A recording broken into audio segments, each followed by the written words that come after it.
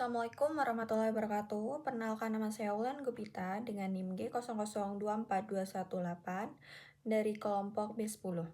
Di sini saya akan mengerjakan laporan inhal, yaitu struktur anatomi dari medula spinalis. Oke, jadi yang pertama kita akan membahas embriologinya. Jadi yang pertama di situ ada yang namanya intumescentia cervicalis atau pembesaran servikal.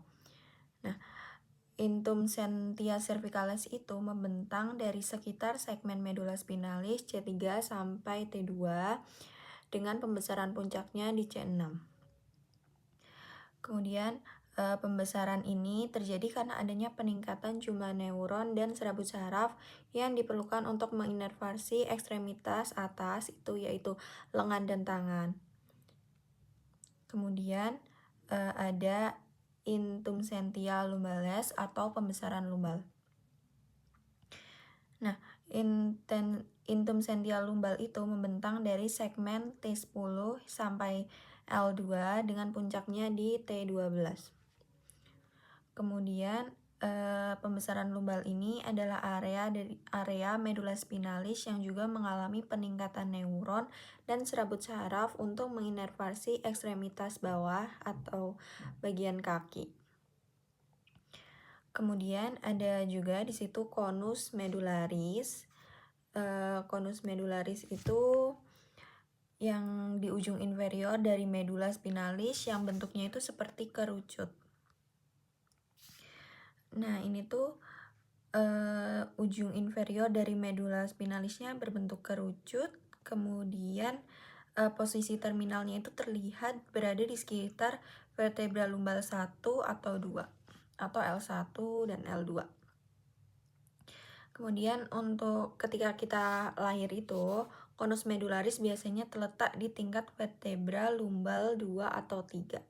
Kalau di orang dewasa umumnya berakhir di tingkat L1 sampai L2. Kemudian pergeseran relatif medula spinalis terhadap kolumna vertebralis setelah lahir itu mengakibatkan konus medularis dewasa berada di L1 dan L2.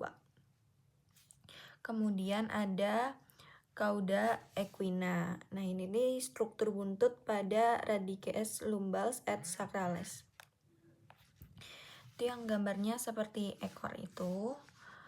Nah, ini tuh letaknya di bawah konus medularis. Kemudian karena medula spinalis lebih pendek daripada kolumna vertebralis, akar-akar spinal untuk segmen lumbal, sakral, dan koksial harus berjalan lebih jauh ke bawah di dalam kanalis vertebralis sebelum keluar melalui foramen intervertebralis yang sesuai. Kumpulan syaraf ini tuh disebut juga sebagai ekor kuda. Selanjutnya untuk struktur eksterna dari medula spinalis itu yang pertama itu ada yang namanya visura mediana anterior. Selain itu ada sulcus mediana yang posterior. Kemudian ada sulcus anterolateralis, itu tuh tempatnya keluar radix anterior atau radix efferent atau radix motorik. Kemudian ada sulcus posterolateralis, ini tuh tempat keluarnya radix posterior atau radix afferent atau radix sensorik. Selanjutnya akan dibahas adalah struktur interna dari medula spinalis. Nah, struktur internanya itu dibagi jadi dua, ada substansia alba sama substansia grisea. Kalau yang substansia alba itu yang warnanya putih. Nah, karena isinya itu ada serabut saraf mielin, makanya bisa warnanya putih. Nah, di substansia alba nanti akan dibagi menjadi 3 bagian, yaitu ada funiculus anterior, funiculus lateralis, dan funiculus posterior. Kalau di substansia grisea itu tuh warnanya abu-abu karena didominasi oleh badan sel saraf. Kemudian di tengahnya itu ada yang namanya canalis centralis yang nantinya itu akan terisi oleh LCS sehingga ke masih diisi LCS hingga ke ventriculus terminale. Selanjutnya adalah plexus dari medula spinalis. Nah, plexus itu sendiri adalah jaringan gabungan dari cabang-cabang saraf spinal yang berasal dari medula spinalis yang saling bergabung dan membentuk sistem distribusi saraf ke tubuh, terutama ke ekstremitas atas dan bawah. Nah, untuk plexusnya itu yang pertama ada plexus cervicalis, itu letaknya ada di C1 sampai C4. Ini itu fungsinya untuk mengontrol otot leher dan diafragma. Kemudian contoh saraf pentingnya itu nervus phrenicus dari C3 sampai C5. Kemudian ada plexus brachialis itu dari C5 sampai T1. Ini fungsinya untuk mengontrol otot-otot bahu, lengan atas dan bawah dan juga tangan. Untuk contoh sarafnya itu adalah saraf medianus, nervus radialis, nervus ulnaris. Kemudian ada plexus lumbalis, ini tuh dari L1 sampai L4. Fungsinya mengontrol otot perut bawah dan paha depan.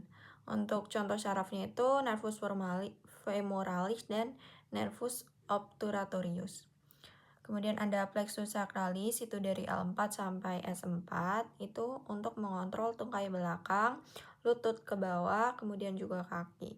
Untuk contoh sarafnya nervus ischiadicus. Nah, nervus ischiadicus itu adalah saraf terbesar di tubuh manusia. Kemudian terakhir ada plexus coccygeus, itu ada di S4. Ini tuh ada di sekitar anus dan juga tulang ekor. Selanjutnya untuk tractus ascendens dan descendennya. Pada bagian kanan atau ascendennya itu di situ ada yang namanya spinot alamik anterior. Ini tuh fungsinya untuk membarangsang raba dan tekan. Kemudian ada spinot almik lateral, itu untuk membarangsang nyeri dan suhu. Kemudian ada spinocerebellaris yang bagian anterior dan posterior. Ini fungsinya untuk membarangsang keseimbangan proprioceptif. Kemudian ada columna dorsalis posterior. Ini untuk melokalisasi sentuhan, getar, diskriminasi dua titik, dan proprioceptif. Kemudian untuk yang kiri descendens, ini tuh di sini ada tractus corticospinalis yang bagian anterior dan lateral. Ini tuh untuk pergerakan otot-otot volunteer. Kemudian ada tractus rubrospinalis. Ini tuh merupakan tractus extrapyramidalis yang fungsinya untuk koordinasi gerakan otot kontralateral.